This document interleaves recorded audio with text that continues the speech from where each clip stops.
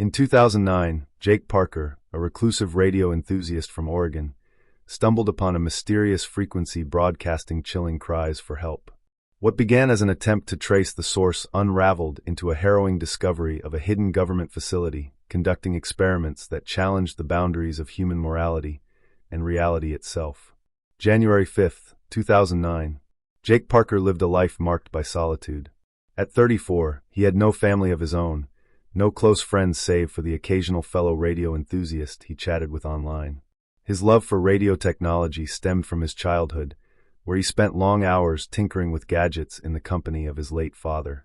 Jake's father, a military radio operator during the Gulf War, had taught him to decode signals, scan frequencies, and see the airwaves as a window into unseen worlds.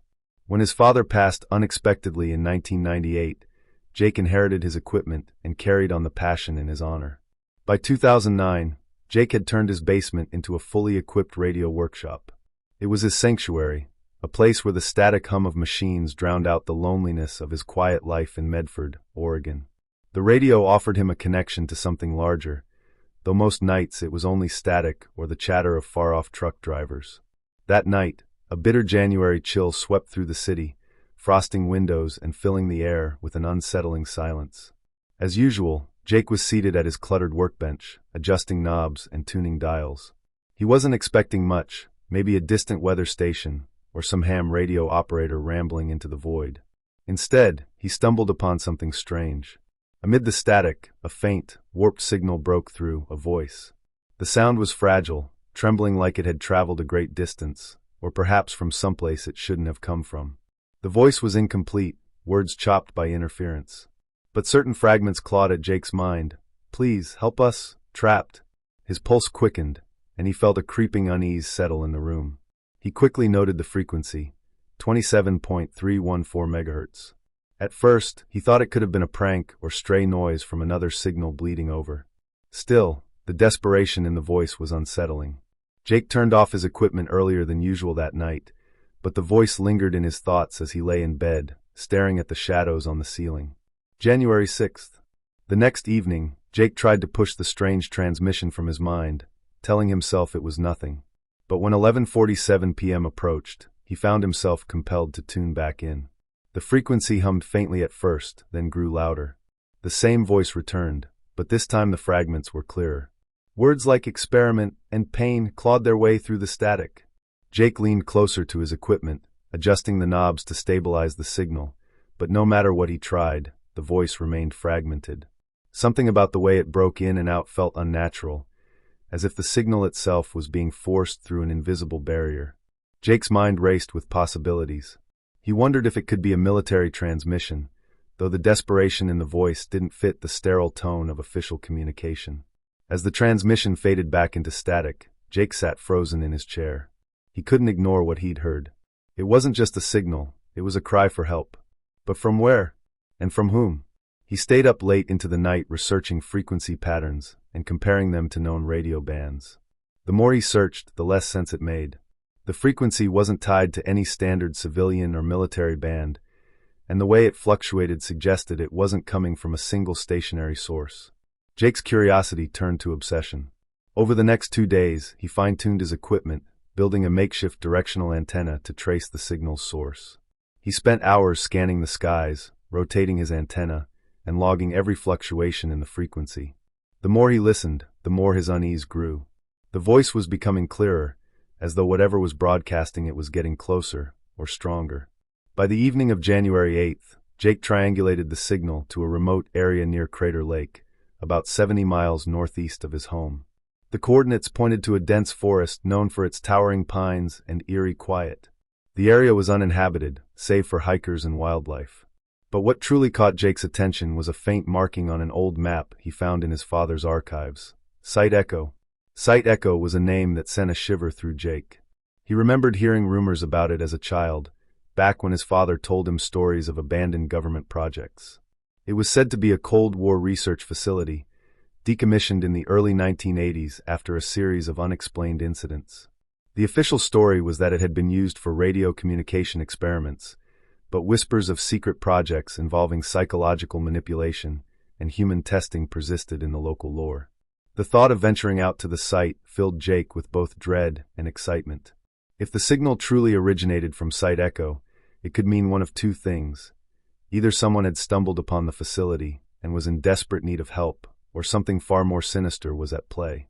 Jake prepared to make the journey, though a gnawing voice in the back of his mind warned him to stay away. That night, he documented his findings in a notebook, scribbling down everything he had heard and every calculation he had made. As he closed the notebook, he glanced at the photo of his father that sat on the workbench. He couldn't shake the feeling that this was no ordinary signal. It felt personal, as though the radio was calling out to him specifically, pulling him into something far beyond his understanding. The basement felt colder than usual as Jake switched off his equipment. For the first time in years, he left the radio off completely, but the silence that followed was even more unsettling than the signal. January 12th. Jake Parker was a man of few friends. His closest confidant was Lisa Harrington, a sharp-witted journalist with a knack for uncovering buried secrets. Lisa's career had taken her deep into the world of investigative reporting, often pitting her against powerful figures. Her relentless pursuit of truth had cost her dearly, estranged relationships and long nights plagued by paranoia. Yet she thrived on the thrill of exposing hidden corruption. When Jake reached out to Lisa that evening, her initial reaction was skepticism. She had spent years fielding wild conspiracy theories and outlandish tips from paranoid informants. Jake's mention of a signal from Site Echo made her pause. The name stirred a memory, something she'd read years ago while researching Cold War black projects. She agreed to meet Jake at a diner on the outskirts of Medford, where they talked for hours over lukewarm coffee. Jake detailed his findings methodically, laying out the frequency logs, triangulated coordinates, and the chilling fragments of voices. He spoke in a detached tone, but Lisa noted the shadows under his eyes and the tremor in his hands. Lisa couldn't dismiss Jake's story. The precision of his research contrasted sharply with the wild speculation she often encountered. She promised to dig deeper, her journalist instincts stirring with a mix of curiosity and unease. That night, while Jake tried unsuccessfully to sleep, Lisa combed through archived reports, piecing together fragments of Site Echo's dark history. Over the next 3 days, Lisa uncovered disturbing evidence. Using her press credentials, she gained access to declassified files and obscure archives. The documents described a Cold War-era project known as Operation Resonance, focused on the manipulation of human consciousness using radio frequencies. The experiments allegedly aimed to create augmented operatives capable of enhanced perception and obedience. The files hinted at grim outcomes, prolonged sensory deprivation, mental breakdowns, and unexplained disappearances. One chilling detail stood out: 23 test subjects, including civilians, had gone missing during the project's final phase. Their names were quietly erased from records, replaced with the vague label classified loss. Meanwhile, Jake's obsession deepened. The transmissions were becoming clearer and more frequent, as if the signal itself was gaining strength. His equipment picked up voices, distinct and desperate. They overlapped in an eerie cacophony of suffering, men pleading for release, women sobbing in anguish, children crying out for parents they could no longer see. Jake meticulously documented each fragment, his notebook filling with a chaotic tapestry of despair. Jake began to notice other oddities. His equipment occasionally shorted out when the signal was strongest, and the air in his basement seemed to grow colder during transmissions. He couldn't shake the feeling that the voices were aware of him, reaching out to him specifically. By January 20th, Jake and Lisa decided to investigate the signal's source directly. Armed with a handheld scanner and a camera, they drove toward the coordinates Jake had mapped out. The forest near Crater Lake was eerily quiet that day, the usual sounds of birds and rustling leaves replaced by a stillness that felt oppressive. After hours of navigating dense underbrush, they came upon an overgrown chain-link fence topped with rusting barbed wire. A faded sign hung loosely on the gate, its letters barely legible: property of the United States government. Trespassers will be prosecuted. The air around the fence seemed charged, as if humming with unseen energy. The facility beyond was a sprawling, dilapidated compound of concrete and steel, partially hidden by towering pines. Jake's scanner began to beep erratically, the frequency spiking as they approached. They could see shattered windows and rusting ventilation grates, signs of abandonment. Yet the atmosphere felt far from lifeless. As Jake adjusted his scanner, his radio crackled to life. The voice was clearer than ever before. "Turn back, they're watching." The words were almost mechanical, devoid of emotion but laced with urgency. Before they could react, a floodlight mounted on the compound's roof snapped on, illuminating the forest in blinding white. Panic gripped them both. Lisa instinctively grabbed Jake's arm, pulling him back toward the treeline. The light swept the area, accompanied by a faint buzzing sound that seemed to resonate in their skulls. They ran until their lungs burned, not stopping until they were safely back at their car. Breathless and shaken, Jake glanced back toward the forest. The floodlight had gone dark, but the feeling of being watched lingered. For the first time since his investigation began, he wondered if he had gone too far. That night, as they reviewed the photos and notes from their trip, both felt the weight of what they had uncovered. This wasn't just a forgotten facility. Something, or someone, was still there, and it didn't want to be found. January 25th. Lisa Harrington's hands trembled as she sifted through the government archives she had uncovered in the depths of a long-forgotten library database. The records were old, many of them hastily scanned from fading paper documents. Yet the fragmented details they contained painted a horrifying picture. The project, officially titled Operation Resonance, was conducted between the late 1960s and early 1980s, spearheaded by shadowy branches of the U.S. government. Its goal: to use radio frequencies to transmit thoughts, memories, and even emotions between individuals, effectively creating a means of weaponizing the human mind. The documents described the experiments in clinical detail, but the detached language only amplified the terror they conveyed. Volunteers, many of them unwitting, were subjected to weeks of isolation in soundproof chambers. Their minds were bombarded with continuous waves of sound, light, and radio transmissions. Most broke down within days, their senses eroded by the unrelenting assault. A section of the files was heavily redacted, but one note stood out: subject responses indicate displacement, unexplained absence. Lisa's stomach churned as she pieced it together. The experiments hadn't just damaged these individuals, they had caused them to vanish. 23 test subjects were marked as lost in the final phase of the program, and their families were quietly silenced with fabricated stories of death or relocation. Lisa shared the findings with Jake later that evening, her voice taut with suppressed fear. As she described the vanished test subjects, Jake's expression darkened. He listened without interrupting, his gaze fixed on a spot just beyond her shoulder, as though seeing something she couldn't. Neither said it aloud, but both knew the implications. The voices Jake had been hearing, the cries for help, could very well belong to those lost individuals, their minds trapped in some horrific liminal state, broadcasting their torment into the ether. The two sat in silence after that. Lisa's usual determination was clouded by a growing dread. For the first time, she questioned whether they should continue. But Jake's resolve had hardened. He couldn't abandon the voices, not after hearing their anguish night after night. The weight of his decision pressed heavily on Lisa, binding them together in a shared fear they dared not speak aloud. January 28th. Jake's preparations for their return to the facility were meticulous. Over the course of 3 sleepless nights, he cobbled together a crude but powerful jammer. His goal was to disable any active surveillance systems in Site Echo, ensuring they could explore without interruption. He worked with an intensity Lisa had never seen before, his usual caution replaced by an almost reckless determination. Lisa didn't question him, she simply stayed close, providing quiet support.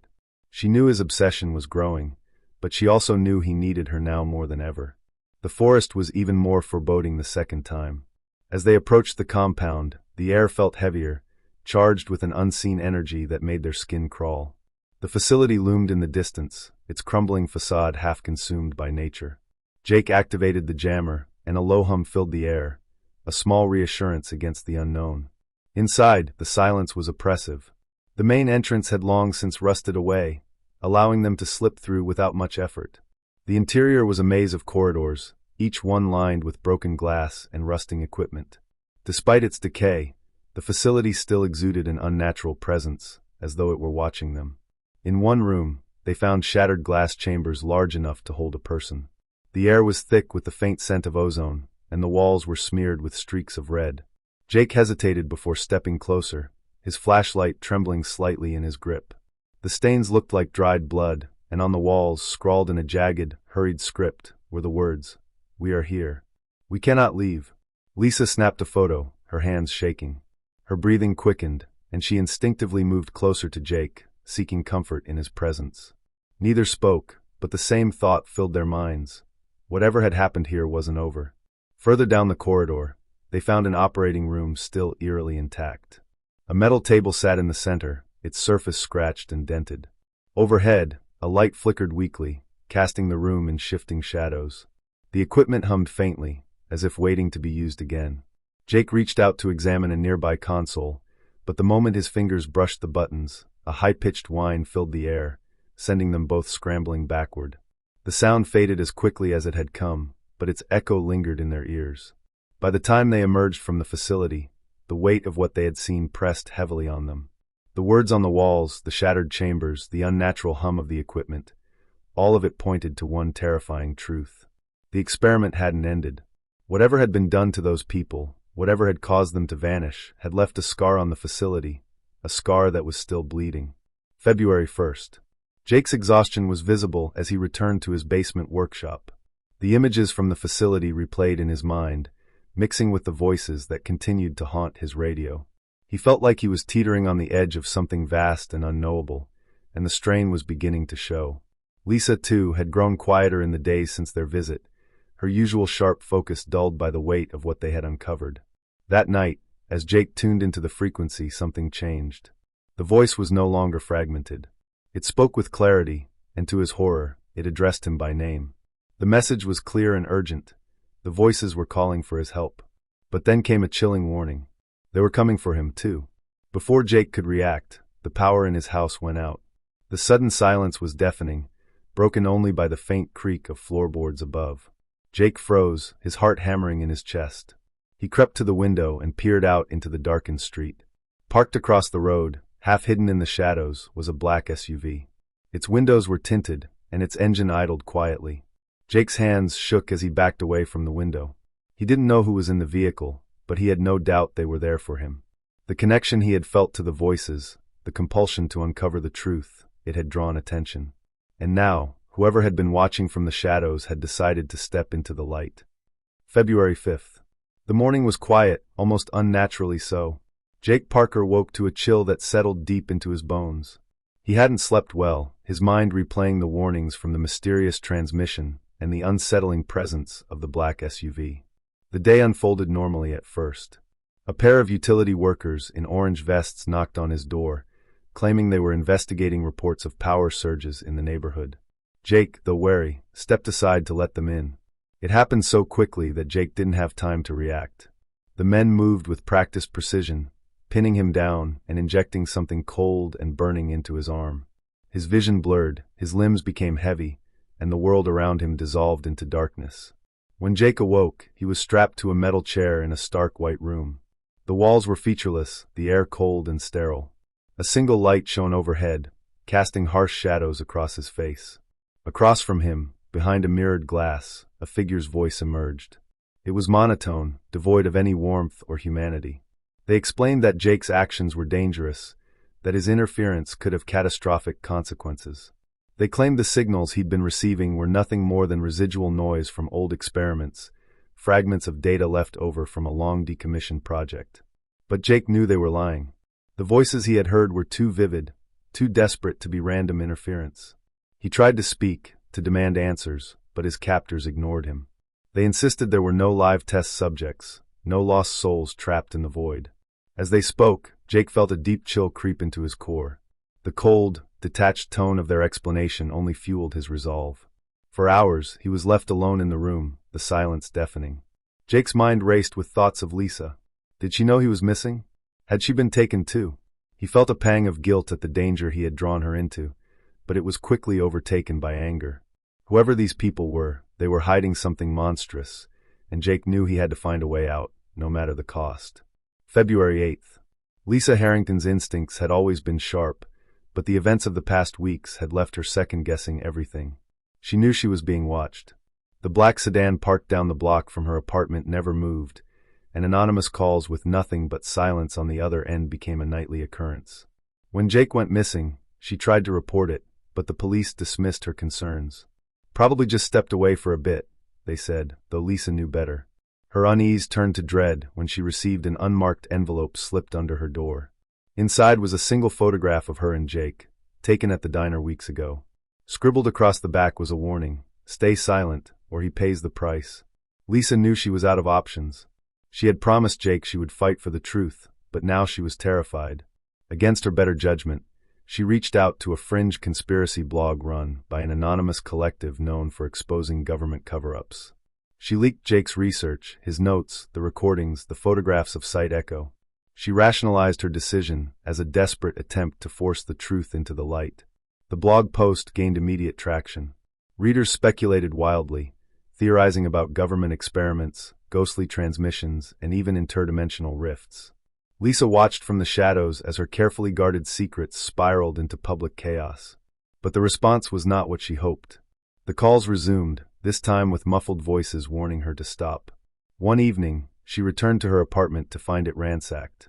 Furniture was overturned, drawers emptied, and her laptop smashed to pieces. A single note sat on her dining table, written in blocky, uneven handwriting. Last warning. Lisa's hands trembled as she read it, the weight of her betrayal settling heavily on her chest. She had tried to help Jake, but now she feared she had only made things worse. Jake's days in captivity were a blur of isolation and interrogation. His captors kept him in the sterile room, feeding him half-truths and veiled threats. But Jake refused to relent. He knew there was more to the story, something they were hiding. On the evening of February 15th, his routine was shattered by the appearance of a new figure, a guard, young and nervous, with eyes that flicked anxiously to the mirrored glass. The guard whispered hurriedly, breaking the heavy silence of the room. He explained that Jake wasn't supposed to know, but he couldn't stay silent any longer. The experiments at Site Echo hadn't just pushed the boundaries of human consciousness, they had torn through them. The project had accidentally breached dimensions, creating a rift that trapped the test subjects in a liminal state between existence and oblivion. Their bodies were gone, but their minds remained, broadcasting their torment like radio waves. The voices Jake had heard were echoes of the trapped, desperate to be freed. The revelation was staggering. Jake's mind reeled at the implications. These people, if they could still be called that, weren't just victims, they were prisoners of something far worse than death. And now, Jake realized, the rift had drawn him into its grasp. The guard hesitated before unlocking Jake's restraints, urging him to flee before it was too late. Jake's legs were weak, but adrenaline pushed him forward. As he stumbled into the cold night air, he knew his fight wasn't over. The truth had been revealed, but the weight of what he had learned was crushing. He had to find a way to free the voices, even if it meant confronting the darkness head-on. Back at her apartment, Lisa received a single, coded message on a burner phone she had been too afraid to discard. It was from Jake, and it contained only 3 words: "They are real." February 20th. Jake Parker sat in his dimly lit basement, surrounded by the hum of machines and the faint flicker of old monitors. His hands moved with purpose, assembling the transmitter that would become his final act of defiance. The plan was audacious and dangerously simple. Emit a signal strong enough to disrupt the rift at Site Echo and free the trapped voices. But as Jake worked, a gnawing realization settled in his mind. This would expose his location. If the people watching him didn't get to him first, the sheer overload of energy required to power the signal might. Lisa Harrington sat across the room, watching him silently. She hadn't said much since Jake revealed the full scope of what he intended to do. The fear in her eyes was unmistakable. For weeks, they had been fighting together, bound by a shared sense of purpose. Now the thought of losing Jake weighed on her, her chest tightening with every passing moment. She tried to convince herself that they could find another way, but deep down, she knew Jake wouldn't stop. The transmitter was cobbled together from salvaged parts.